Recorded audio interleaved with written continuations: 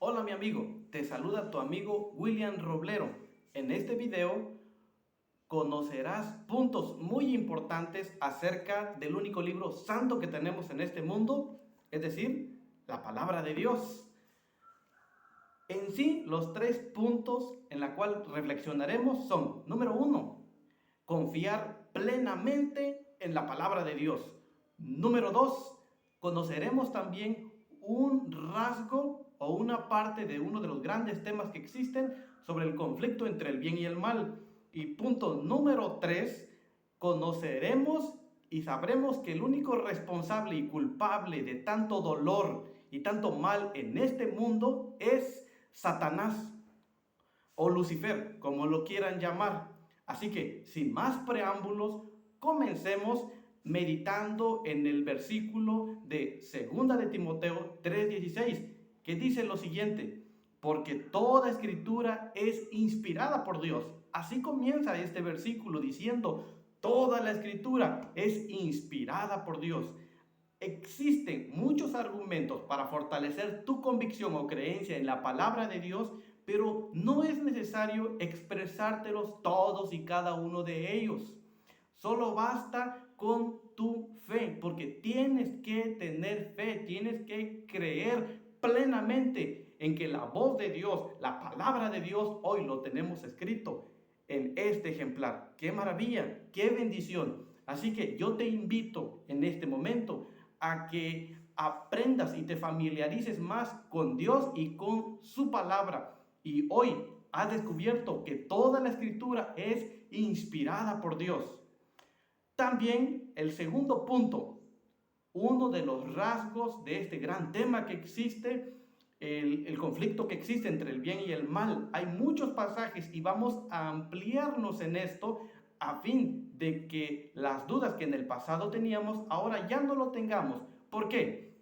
Resulta que a estas alturas aún existe mucha gente desconfiando de su palabra y de Dios mismo, diciendo: si Dios existe, ¿por qué Él permite tanto dolor? ¿Por qué aún existen tantos desastres, tanta enfermedad, etcétera, etcétera?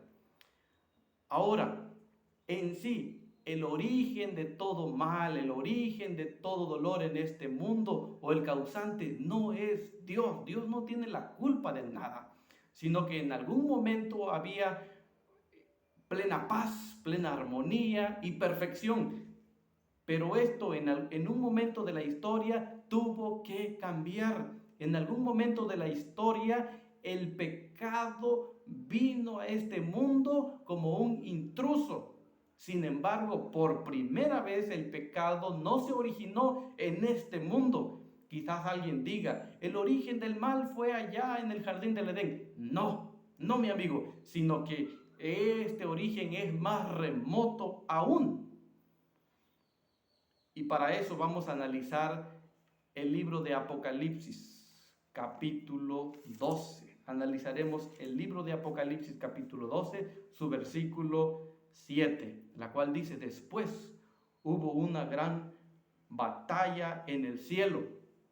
Miguel y sus ángeles luchaban contra el dragón, y luchaba el dragón y sus ángeles, pero no prevalecieron, ni se halló ya lugar para ellos en el cielo. ¿Se dan cuenta? La palabra de Dios dice que en el cielo hubo una gran lucha entre el bien y el mal, entre Cristo y Satanás. Hace referencia acá al dragón, sin embargo, Satanás. Hubo una gran lucha en el cielo. La victoria la obtuvo Cristo, como siempre, la victoria la obtendrá Cristo Jesús, porque en el cielo, después de causar esta gran rebelión, Satanás fue expulsado y de hecho fue lanzado hacia la tierra. Pero esa lucha, esa rebelión se desarrolló en el cielo. Pero es importante que analicemos más detenidamente este tema, la cual sí es importante que conozcamos. Para eso necesitamos leer, estudiar, meditar también en lo que nos dice nuestro Dios a través del profeta Ezequiel, el capítulo 28 y el versículo 12. Acá encontramos un mensaje contra el príncipe de Tiro. Sin embargo, también está haciendo referencia a Satanás. también está haciendo referencia a Satanás. Habla de ambos personajes. Así que encontraremos acá un mensaje doble. Habla de Tiro y habla de Lucifer o Satanás. Porque alguien pueda decir, pero allí solamente comienza diciendo acerca de Tiro, no habla de Satanás. Sí, si nos damos cuenta, a partir del versículo 12, habla de Satanás. Así que no todo el capítulo habla de Satanás, no todo el capítulo habla de Tiro, sino que una parte habla de Tiro y otra parte de Satanás. Pero vamos a enfocarnos al tema para no salir de ello, ¿está bien? Así que a partir del versículo 12, a mediados justamente del versículo 12, dice la palabra de Dios: tú eras el sello de la perfección, lleno de sabiduría y acabado de hermosura. En algún momento de la historia, Satanás fue creado. Además, no se llamaba Satanás, sino que se llamaba Lucifer, o el querubín cubridor, o el lucero de la mañana, etc. Lucifer significa portador de luz. Lucero de la mañana hace referencia a una estrella.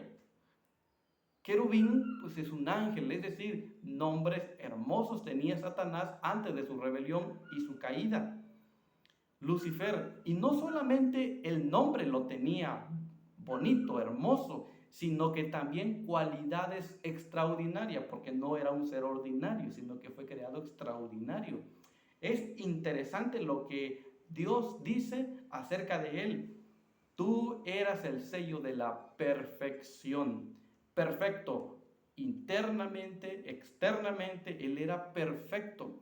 Tenía todo lo que cualquier ser humano hoy en día pueda desear físicamente, es decir, externamente e internamente. Era perfecto. Hoy en día no existe ningún perfecto. Involucra varios detalles. Comienza dándonos poco a poco y diciendo, lleno de sabiduría. Fue creado así, lleno de sabiduría, porque la fuente de sabiduría es Dios mismo. Y decidió crear a Lucifer lleno de sabiduría y acabado de hermosura. No era hermoso solamente, era acabado de hermosura. Estaba pues a todo lo que da en cuanto a hermosura externa e interna. Hermoso. No hay palabras para describir lo hermoso que fue creado Lucifer. Cuando Dios creó a la primer pareja en este mundo, fue creado Adán perfecto también, de 4 metros de altura. Y Eva le llegaba a un poquito arriba de los hombros de Adán. Es decir, un aproximado de 4 metros, ambos. Es muy probable que también los ángeles fuesen creados de este tamaño en cuanto a su altura, 4 metros aproximadamente, o podría ser más, ya que el salmista dice que el ser humano fue creado un poco menor que los ángeles.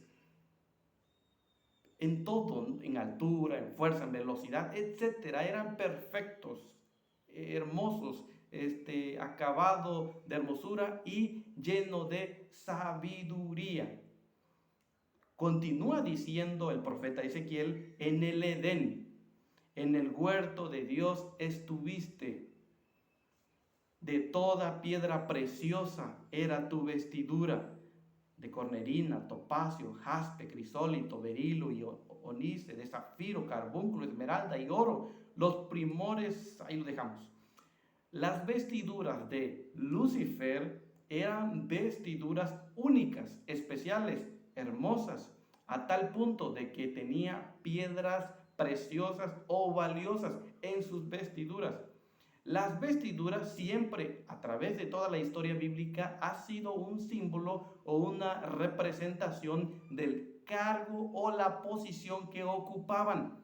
Este tipo de piedras, los hombres en algún momento de la historia lo llevaban en sus vestiduras, pero solamente eran los sumos sacerdotes que oficiaban en el lugar santísimo una vez al año. Y por el hecho de su elevada posición en el área religiosa o en el ministerio que realizaban, es por ello que llevaban las piedras preciosas. Eso lo pueden analizar viendo Éxodo capítulo 27, capítulo 28, acerca de las vestiduras. Entonces, Lucifer ocupaba una posición importante en el cielo.